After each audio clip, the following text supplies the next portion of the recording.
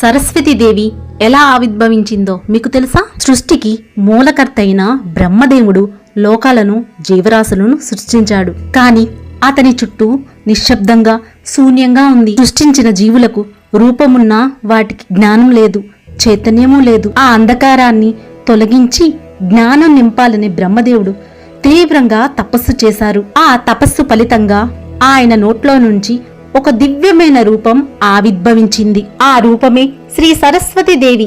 ఆమె తెల్లనైన చీరతో, చేతిలో పుస్తకం, మరొక చేతితో వీణతో కమలంలో కూర్చొని అందమైన కాంతితో దర్శనమిచ్చింది. వీణ వాగించగానే శూన్యంలో ఒక మధురమైన నాదం వినిపించింది. ఆ నాదంతోనే సమస్త జీవులకు జ్ఞానం అందింది. ఈ లోకంలో జ్ఞానానికి, వాక్చాతుర్యానికి, విద్యకి అధిష్టాన దేవతగా సరస్వతీదేవి నిలిచింది. ఈ విధంగా సృష్టికి మరియు సృష్టికర్తకి జ్ఞానాన్ని, వాక్చాతుర్యాన్ని, చైతన్యాన్ని అందించిన దేవత సరస్వతీదేవి.